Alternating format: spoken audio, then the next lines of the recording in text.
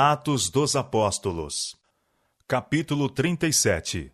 A última viagem de Paulo a Jerusalém. Paulo tinha grande desejo de alcançar Jerusalém antes da Páscoa, para que assim tivesse uma oportunidade de encontrar-se com os que vinham de todas as partes do mundo para assistir à festa. Acariciava sempre a esperança de servir, de algum modo, como instrumento na remoção dos preconceitos de seus patrícios incrédulos, a fim de que fossem levados a aceitar a preciosa luz do Evangelho. Desejava também visitar a igreja de Jerusalém e levar-lhes os donativos que as igrejas gentílicas enviavam para os irmãos pobres da Judéia. E por essa visita esperava promover mais firme união entre os judeus conversos e os conversos gentios. Tendo completado seu trabalho em Corinto, determinou navegar diretamente para um dos portos na costa da Palestina. Havia-se tomado todas as disposições e ele estava prestes a tomar o navio quando teve aviso de uma trama dos judeus para tirar-lhe a vida. Até então, tinham sido frustrados todos os esforços dos adversários da fé para acabar com a obra do apóstolo. O êxito que alcançou a pregação do Evangelho havia despertado de novo a ira dos judeus. Chegavam de cada canto informações da disseminação da nova doutrina, segundo o qual os judeus eram libertos da observância dos ritos da lei cerimonial. E os judeus eram admitidos a iguais privilégios com os judeus como filhos de Abraão.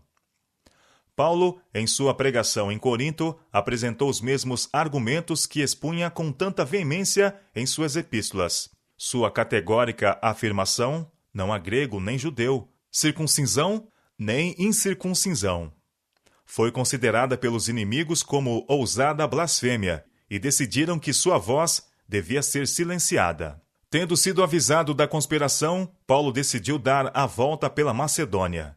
Teve assim de renunciar ao plano de chegar a Jerusalém em tempo para as festividades da Páscoa, mas esperava lá estar para o Pentecostes. Na companhia de Paulo e Lucas estavam Sópater, de Bereia, e dos de Tessalônica, Aristarco e Segundo, e Gaio, de Derbe, e Timóteo, e dos da Ásia, Tíquico e Trófimo. Atos capítulo 20, verso 4. Paulo trazia consigo grande soma de dinheiro das igrejas gentílicas e pretendia depô-la nas mãos dos irmãos encarregados do trabalho na Judéia. E para esse fim combinou com várias igrejas contribuintes que representantes seus o acompanhassem a Jerusalém. Em Filipos, Paulo demorou-se para celebrar a Páscoa. Só Lucas ficou com ele, partindo os demais membros da comitiva para Troade, a fim de ali o esperarem.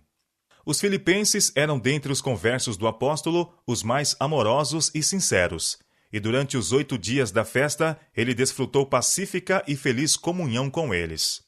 Embarcando em Filipos, Paulo e Lucas alcançaram os companheiros 5 dias mais tarde em Troade, e demoraram-se 7 dias com os crentes naquele lugar.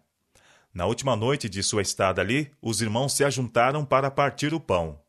O fato de que seu amado mestre ia partir promoveu um ajuntamento maior do que o de costume. Reuniram-se num cenáculo no 3º andar. Ali, no fervor de seu amor e solicitude por eles, o apóstolo pregou até a meia-noite. Numa das janelas abertas estava sentado um jovem por nome Eutico. Nessa perigosa posição, adormeceu e caiu no solo. No momento tudo era susto e confusão. O jovem foi levado morto, e muitos se acercaram dele com gritos e lamentações. Mas Paulo, passando por entre os irmãos atribulados, abraçou-os e fez uma fervorosa oração para que Deus restaurasse a vida ao morto. Sua petição foi atendida. Sobrepondo-se aos clamores e lamentações, ouviu-se a voz do apóstolo dizendo: não vos perturbeis, que a sua alma nele está. Com júbilo, os crentes voltaram a se reunir no cenáculo. Havendo participado da comunhão, Paulo ainda lhes falou largamente até a alvorada. Atos capítulo 20, versos 10 e 11. O navio em que Paulo e seus companheiros deviam prosseguir viagem estava prestes a partir e os irmãos apressaram-se a subir a bordo. O apóstolo, porém, preferiu tomar o caminho mais perto por terra, entre Troade e Assos, encontrando-se com seus companheiros nesta cidade. Isto lhe deu um pouco de tempo para meditação e oração. As dificuldades e perigos relacionados com sua próxima visita a Jerusalém, a atitude da igreja ali para com ele e sua obra, bem como a condição das igrejas e o interesse da obra do Evangelho em outros campos, eram assuntos de ardente e solícito pensar, e ele aproveitou essa oportunidade especial para buscar de Deus força e guia. Enquanto os viajantes navegavam rumo ao sul, para Assos, passaram pela cidade de Éfeso, que fora por tanto tempo cenário dos trabalhos do apóstolo. Paulo havia desejado muito visitar a igreja ali, pois tinha importante instrução e conselho a dar-lhes. Havendo, porém, ponderado, determinou apressar-se, pois desejava estar, se lhe fosse possível, em Jerusalém no dia do Pentecostes. Atos capítulo 20, verso 16. Chegando, porém, a Mileto, cerca de 50 quilômetros de Éfeso, soube que lhe seria possível comunicar-se com a igreja antes que o navio partisse. Enviou, portanto, uma mensagem imediatamente aos anciãos, pedindo para que viessem depressa a Mileto, para que pudesse vê-los antes de continuar a viagem. Em resposta a seu chamado, vieram, e ele lhes dirigiu palavras ardentes e tocantes, de admoestação e despedida.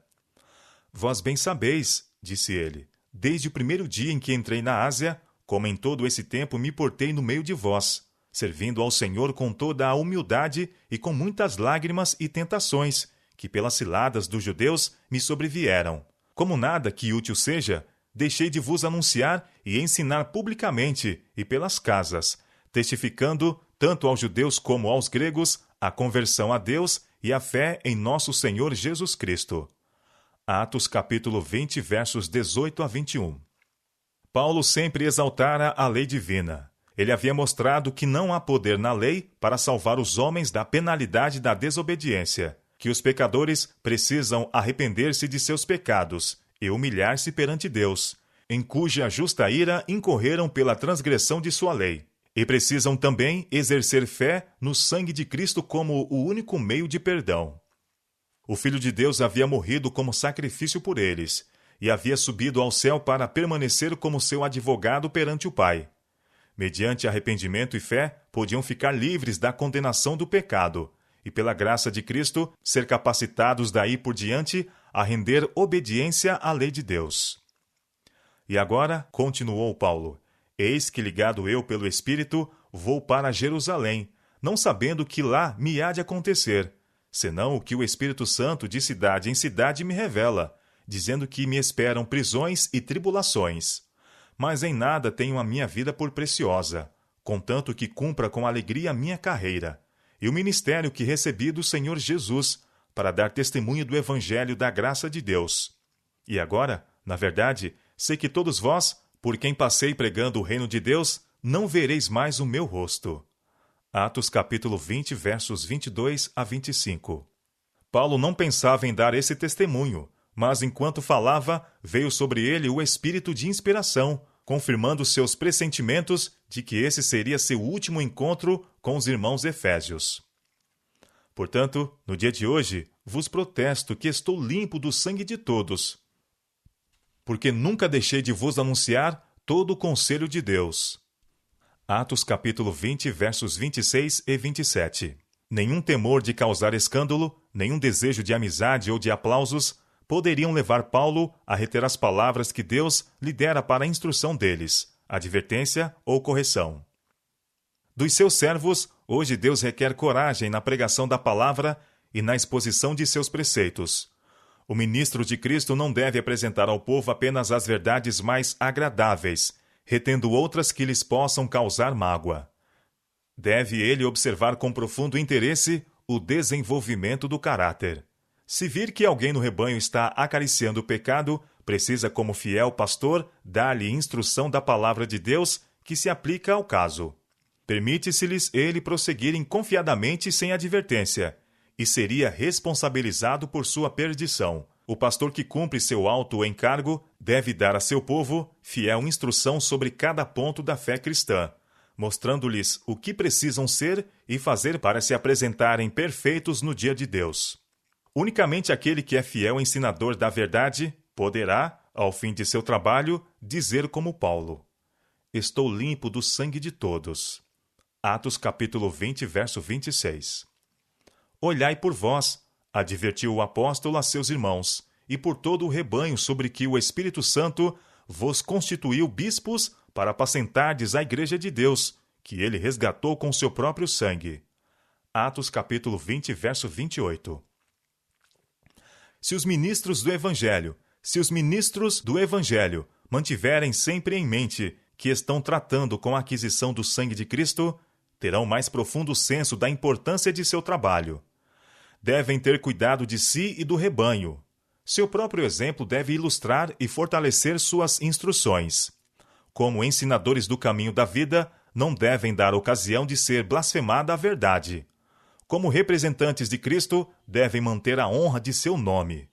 Mediante devoção, pureza de vida, pia conversação, devem provar-se dignos de sua alta vocação. Os perigos que assaltariam a igreja de Éfeso foram revelados ao apóstolo. Eu sei isto, disse, que depois da minha partida entrarão no meio de vós lobos cruéis, que não perdoarão ao rebanho, e que dentre vós mesmos se levantarão homens que falarão coisas perversas, para atraírem os discípulos após si. Atos capítulo 20, versos 29 e 30. Paulo tremia pela igreja quando, olhando para o futuro, via os ataques que ela sofreria de inimigos externos e internos. Com solene fervor, exortou seus irmãos a guardar vigilantes seu sagrado depósito. Como exemplo, apresentou-lhes seu próprio infatigável trabalho entre eles.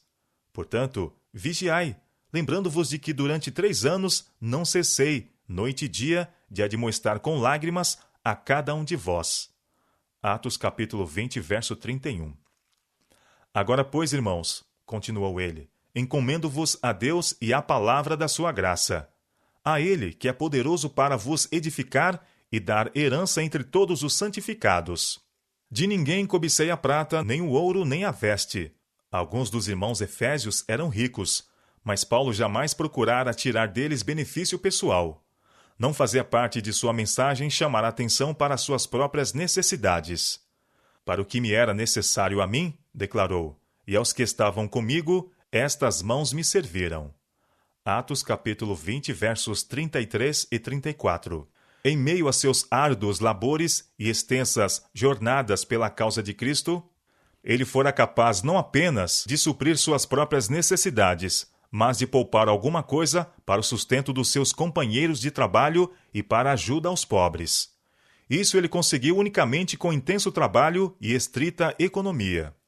Bem podia ele apontar a seu próprio exemplo quando disse: Tenho-vos mostrado em tudo que, trabalhando assim, é necessário auxiliar os enfermos e recordar as palavras do Senhor Jesus que disse: Mais bem-aventurada coisa é dar do que receber. E havendo dito isto, pôs-se de joelhos e orou com todos eles. E levantou-se um grande pranto entre todos, e lançando-se ao pescoço de Paulo, o beijavam, entristecendo-se muito, principalmente pela palavra que dissera, que não veriam mais o seu rosto, e acompanharam-no até ao navio.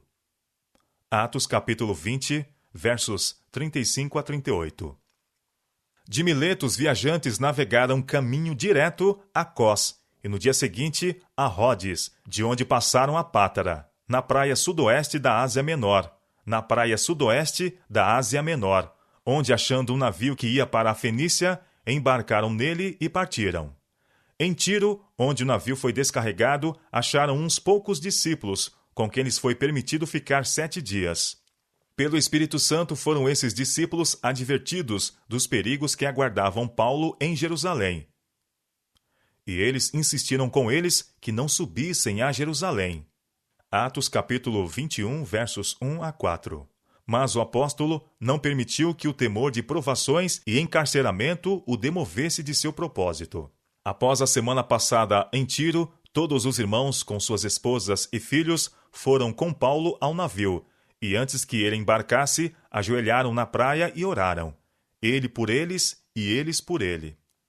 Prosseguindo sua jornada rumo ao sul, os viajantes chegaram a Cesareia, e entrando em casa de Filipe, o evangelista, que era um dos 7, ficaram com ele. Ali Paulo passou uns poucos dias, pacíficos e felizes.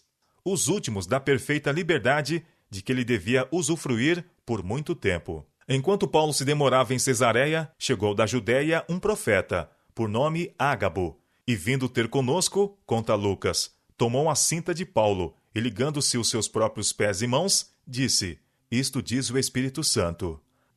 Assim ligarão os judeus em Jerusalém o varão de quem é esta cinta, e o entregarão nas mãos dos gentios. E ouvindo nós isto, continua Lucas, rogamos-lhe, tanto nós como os que eram daquele lugar, que não subisse a Jerusalém. Mas Paulo não se desviaria do caminho do dever. Seguiria a Cristo se necessário a prisão e a morte. Que fazeis vós, chorando e magoando-me o coração? Exclamou. Porque eu estou pronto, não só a ser ligado, mas ainda a morrer em Jerusalém, pelo nome do Senhor Jesus. Vendo que lhe causavam sofrimento sem mudar o propósito, os irmãos cessaram de insistir, dizendo apenas: faça-se a vontade do Senhor. Atos capítulo 21, versos 10 a 14. Logo chegou o momento em que a breve estada em Cesareia teve fim, e acompanhado por alguns dos irmãos, Paulo e sua comitiva partiram para Jerusalém, com um coração profundamente pesaroso pelo pressentimento de males vindouros. Nunca antes havia o apóstolo se acercado de Jerusalém com um coração tão triste. Sabia que encontraria poucos amigos e muitos inimigos. Estava se aproximando da cidade, que tinha rejeitado e matado o Filho de Deus, e sobre a qual agora pairavam as ameaças da ira divina.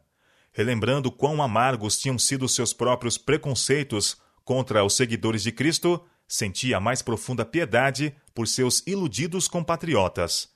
E, no entanto, quão pouco podia ele esperar ser capaz de fazer para ajudá-los. A mesma ira cega que antes inflamara seu coração, ardia agora com inaudito poder no coração de toda uma nação contra ele.